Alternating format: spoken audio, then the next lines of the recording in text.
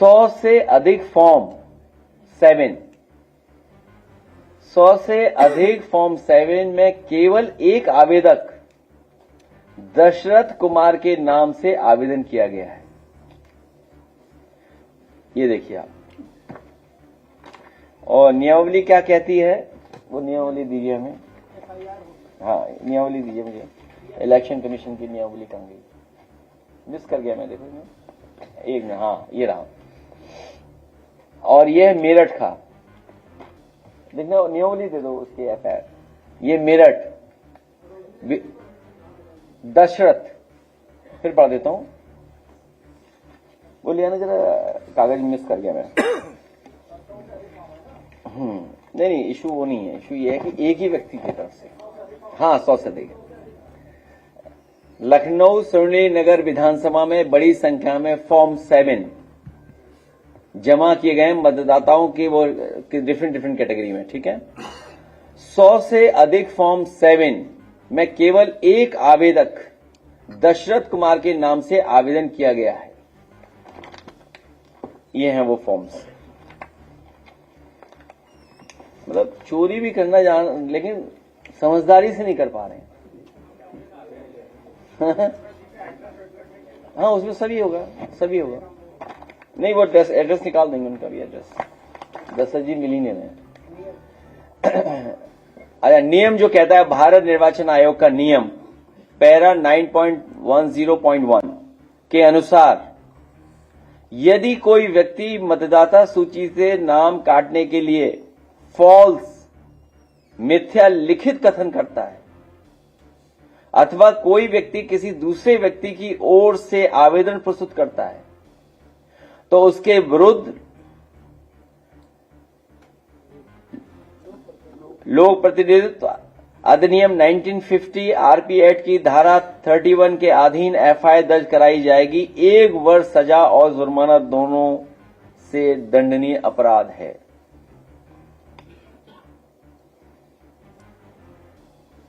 सोचिए आप, और ये देख लीजिए गिनती अब आप, और अंदर पड़े हुए हैं, ये भी एक बंडल है।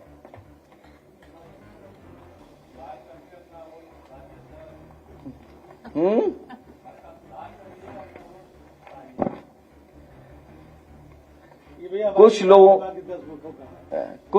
कहना है कि मुख्यमंत्री कार्यालय में आईएएस, वो आईएएस किसके इशारे पे बात कर रहा होगा? मुख्यमंत्री के इशारे पर। अब तो चुनाव आयोग को भारतीय जनता पार्टी का झंडा लगा लेना चाहिए अपनी बिल्डिंग पर।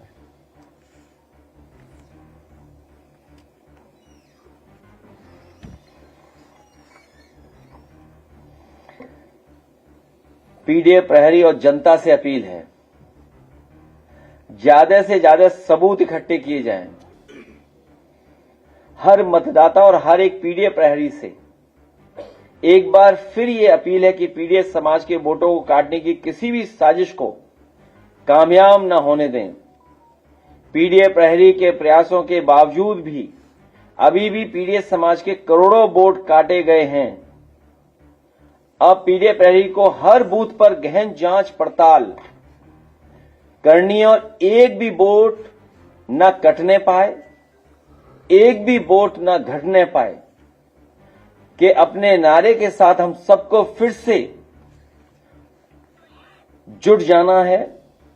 हर एक वोट हमें बचाना है। हर मतदाता को याद दिलाएं कि वोटर लिस्ट में आपके नाम का महत्व क्या है। हर मतदाता को याद दिलाएं कि वोटर लिस्ट में आपके नाम का महत्व क्या है। कल को वोटर लिस्ट में नाम न होने को आधार बनाकर कहीं भाजपा सरकार कोई ऐसा काला कानून ले आए जिससे आपका नाम कागजों से गायब मानकर और फिर उसको सबूत मानते हुए राशन कार्ड, सरकारी योजनाओं की लाभार्थी की सूची, जन्म प्रमाण, जाति प्रमाण पत्र, नौकरी, आरक्षण, खाते अकाउंट, शेयर इन्वेस्टमेंट, जीवन बीमा, फसल बीमा, ड्राइविंग लाइसेंस, ट्रैक्टर गाड़ी के कागजात, pan card, passport, Ayushman card, college, university, बिजली पानी कनेक्शन, सूखा, बाढ़, पाला राहत मदद व फसल मवेशी की क्षतिपूर्ति, खेत जमीन, घर मकान, विवाह प्रमाण पत्र सबसे आपका नाम कट जाए या कहें बेदखल कर दी जाएं और आप अपने ही देश में बाहरी साबित कर दिए जाएं, समझ लीजिए मतदाता सूची में आपको नाम होना ही आपकी नागरिक होने की निशानी है। अगर आप नागरिक हैं तो आप वोटर हैं, और अगर आप वोटर हैं तो आप नागरिक हैं। वोटर आईडी को ही अपना नागरिक आईडी मानिए। जमीन की भूखी भाजपा सरकार कोई भी ऐसा कानून बना सकती है जिससे आपके सारे हक अधिकार, धन दौलत, सोना चांदी, जमा पूंजी, जमीन जायदाद सब छीन ली जाए।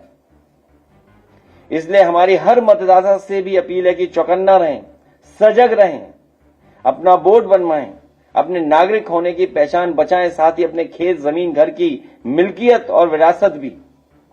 कल को यही कहीं ऐसा ना हो कि विधानसभा में आपका वोट कटने के नाम पर आपका प्रधानी का वोट भी कट जाए, लेकिन प्रधानी की राज्य के निर्वाचन आयोग की सूची दिखाकर कि ये बहला रहे हैं, लोगों को समझा रहे हैं कि आपका वोट तो है। पीडीएस समाज ये सोचकर चले कि जब हमारे पास वोट डालकर सरकार बनाने का अधिकार है तब तो हमारा इतना उत्पीड़न होता है। अगर वोट डालने का निर्णायक अधिकार हमारे पीडीएस समाज के लोगों के पास नहीं होगा तो हमें कितना प्रताड़ित किया जाएगा। ये वर्चस्ववादी अपनी मनमर्जी की सरकार बनाकर ढाल की तरह हमारी रक्षा करने वाले संविधान को ही खत्म कर देंगे। अपना वोट बचाने का मतलब अपना संविधान और अपने हक का आरक्षण व नौकरी बचाना भी है।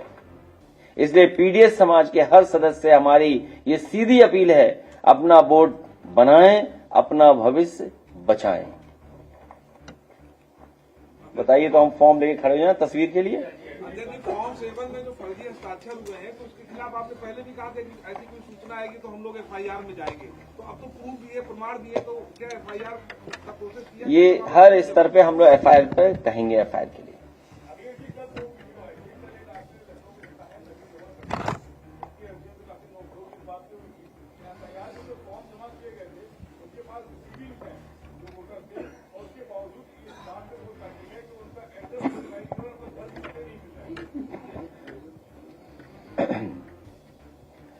इसीलिए चुनाव आयोग से अपील है कि भारतीय जनता पार्टी के इशारे पर बहुत से अधिकारी धांधली नहीं करना चाहते हैं, उसके बावजूद भी बड़े पैमाने पर दबाव है उनके ऊपर धांधली करने के लिए। अंतर्गतवा बीएलओ की ही नौकरी जाएगी।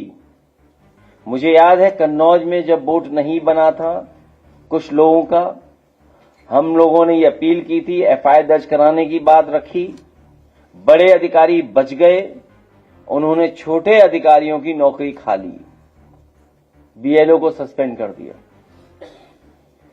ये मुख्यमंत्री कार्यालय से एक अधिकारी का लगातार फोन जा रहा है कमिश्नर्स को, डिस्ट्रिक्ट मजिस्ट्रेट्स को, और हम तो कहेंगे कि आप अपने सूत्रों से भी पता करिए क्या ये सच्चाई है कि नहीं है। पूरे उत्तर प्रदेश में खासकर मुस्लिम, पीडीएस समाज के लोग और जिन बूथों पर भारतीय जनता पार्टी नहीं जीत रही है उन बूथों पर टारगेटेड पेन ड्राइव के माध्यम से वोट भेजा जा रहा है और अधिकारियों को निर्देश है कि समाजवादियों की ना सुनवाई हो, वरना गांव में कहां प्रिंटर है ये बताइए। आप खुद सोचिए, आप खुद हमसे बड़े बुद्धिजीवी हैं, हमसे ज्यादा समझदार हैं, हमसे ज्यादा आप लोग देखते हैं चीजों को। ये सब प्रिंटेड है। और सोचिए, कल्पना कीजिए जिससे दस्तखत कराए वो अंगूठा मारता है। पूरी पुलिस बीजेपी की लगी है कि पार्टी कार्यालय ना आ जाए। वो